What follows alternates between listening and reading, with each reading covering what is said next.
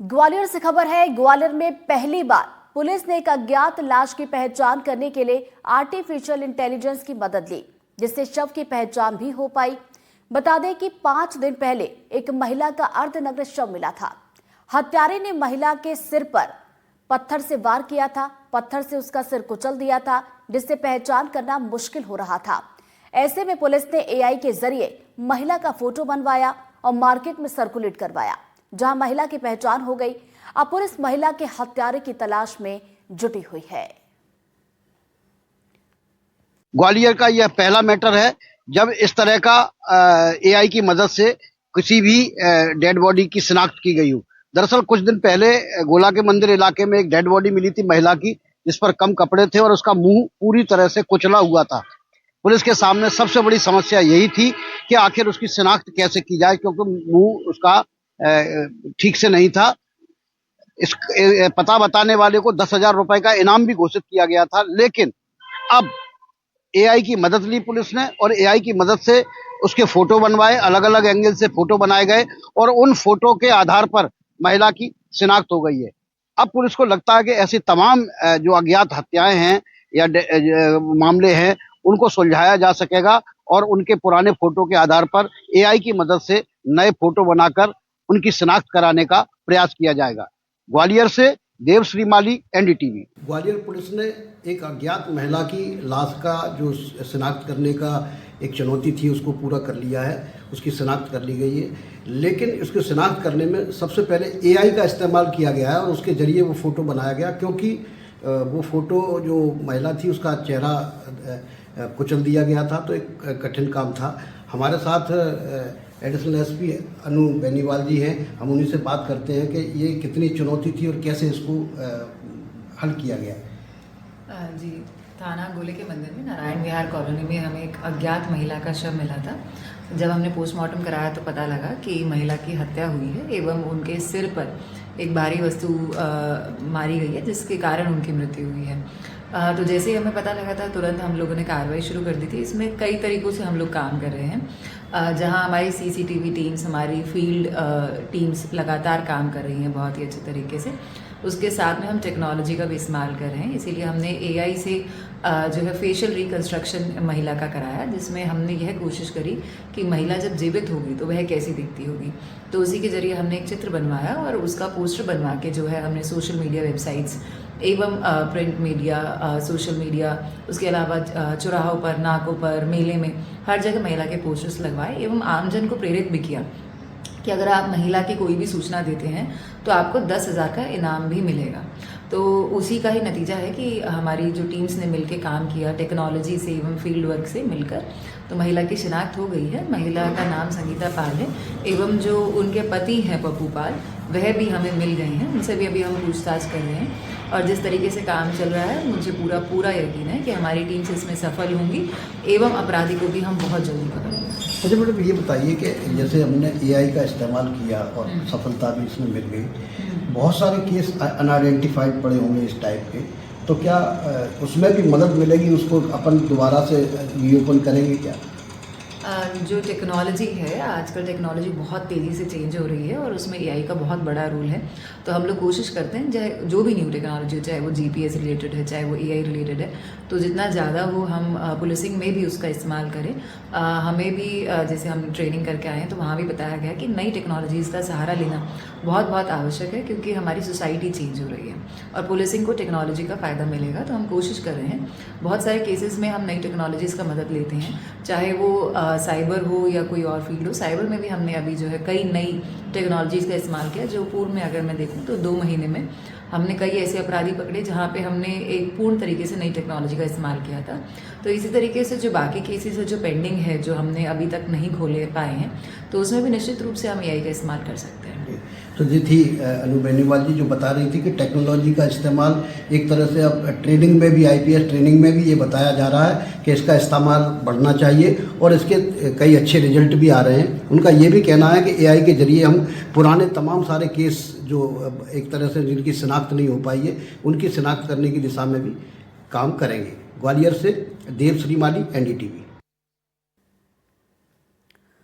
और इसी पर ज्यादा जानकारी के साथ हमारे वरिष्ठ सहयोगी देवश्री माली जी हमारे साथ जुड़ गए, सीधा उनका रुख करेंगे। देव जी, देखिए, पुलिस महकमे में पहली बार एआई का इस्तेमाल करके इस केस को सुलझाया गया। कितना समय इसमें लगा और कितनी चुनौतियां इसमें आई?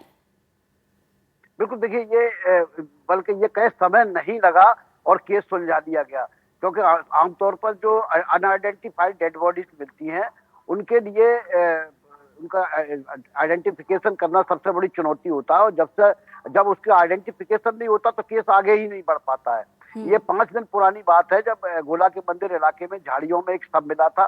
सब पर कपड़े भी काफी कम संख्या में थे और उसका मुंह पत्थर से कुचला गया था। तो पुलिस के सामने सबसे बड़ी चुनौती तो यही थी कि पहले तो ये पता लगा कि ये महिला है कौन, उसके बाद ये पता लगा कि आखिर इसकी हत्या किसने की है। तो पुलिस ने जो इसमें सबसे पहले एआई का इस्तेमाल किया। अभी तक यहाँ तक इस तरह का इस्तेमाल हुआ नहीं था। पुलिस ने एआई एक्सपर्ट से बातचीत की और उनको बताया कि इसके अलग अलग एंगल से अगर हम चित्र बनाए कि अगर ये महिला जीवित होती और इसका चेहरा वगैरह होता तो कैसी दिखती। तो काफी हद तक एआई ने पुलिस की मदद की और एक चित्र अलग अलग एंगल के निर्मित कराए। पुलिस ने इनको सोशल मीडिया के जरिए भी सर्कुलेट किया। फिर उस इलाके के आसपास का जो इलाका था, चौराहे थे, चाय की दुकानें थी, ठेले थे, अंडे के ठेले थे, इनको दिखाए और आखिर में ये तय हो गया कि ये महिला वही मजदूरी करने वाली एक महिला थी, पाल करके वो है। और पुलिस ने उसके आधार पर उसके पति का भी पता लगा लिया है। अब पुलिस उसके पति से भी बातचीत कर रही है और ये कोशिश कर रही है कि ये पता लगे कि आखिर हत्यारे कौन थे। तो एक बड़ी सफलता पुलिस को लग गई है, जिसके जरिए एक ब्लाइंड मर्डर के खुलासा होने की पूरी उम्मीद है।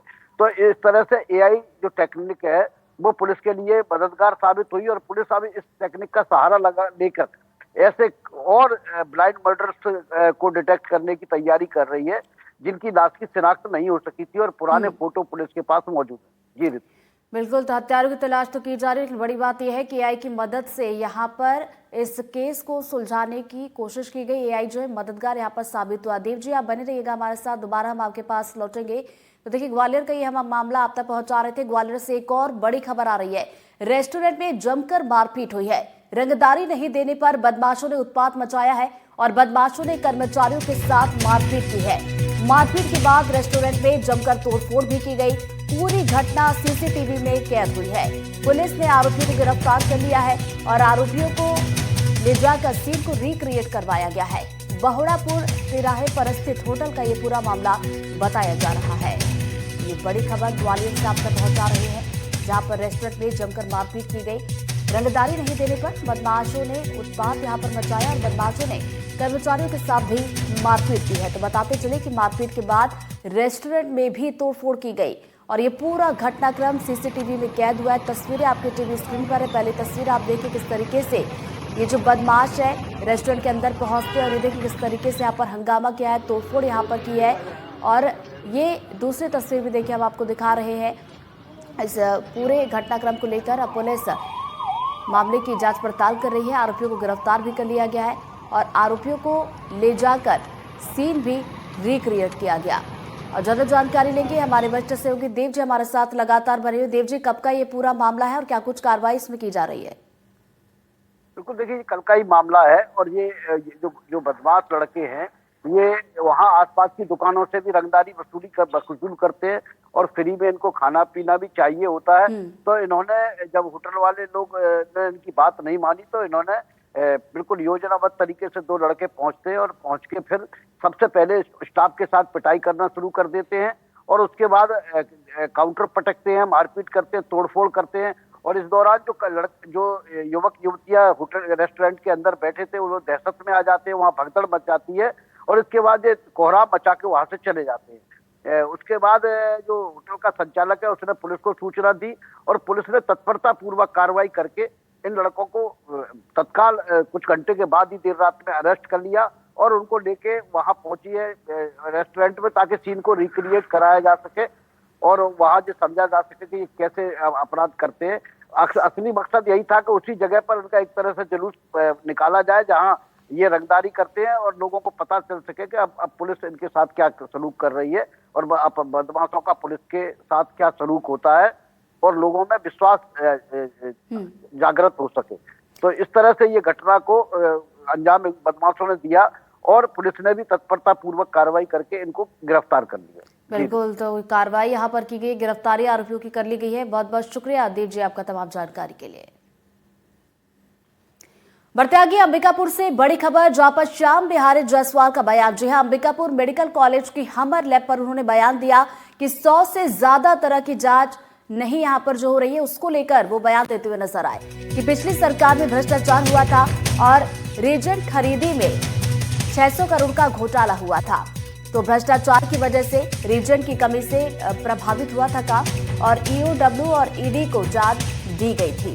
तो हमर लैब में जल्द 125 जांच फिर से शुरू होंगी और जायसवाल के बयान पर कांग्रेस ने भी पलटवार किया है कि अपनी नाकामियां छिपाने के लिए ऐसा बयान दिया। तो अंबिकापुर से ये खबर है, जहां पर स्वास्थ्य मंत्री श्याम बिहारी जायसवाल का बयान सामने निकल कर आया। अंबिकापुर मेडिकल कॉलेज की हमर लैब को लेकर उन्होंने बयान दिया और 100 से ज्यादा तरह की जांच यहां पर जो नहीं हो पा रही है, उसको लेकर बयान देते हुए नजर आया और कहा कि पिछली सरकार में भ्रष्टाचार हुआ था।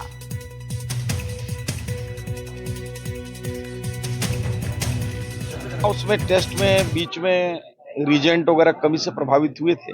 हमने रीजेंट वगैरह का भी टेंडर कर दिया है, क्योंकि पिछले समय जो रीजेंट खरीदी में बड़ा भ्रष्टाचार हुआ था 600 करोड़ का, उसको ईओडब्ल्यू और ईडी से हमने जांच को दिया था। पिछली सरकार में बड़े भ्रष्टाचार हुए थे और इस वजह से थोड़ा वो मशीन चूंकि उन्हीं कंपनियों के थे, रीजेंट उन्हीं का लगता है, तो उसको सारे समस्याओं को सॉल्व करने में हमको टाइम लगा।